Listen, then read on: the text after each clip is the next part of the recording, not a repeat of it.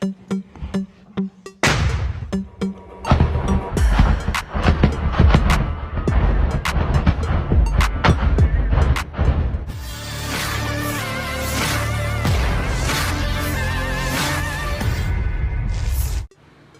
rekaman ramai beredar di Telegram pada Kamis 8 Februari 2024. Dalam rekaman tersebut memperlihatkan detik-detik penyerangan terhadap pasukan Ukraina.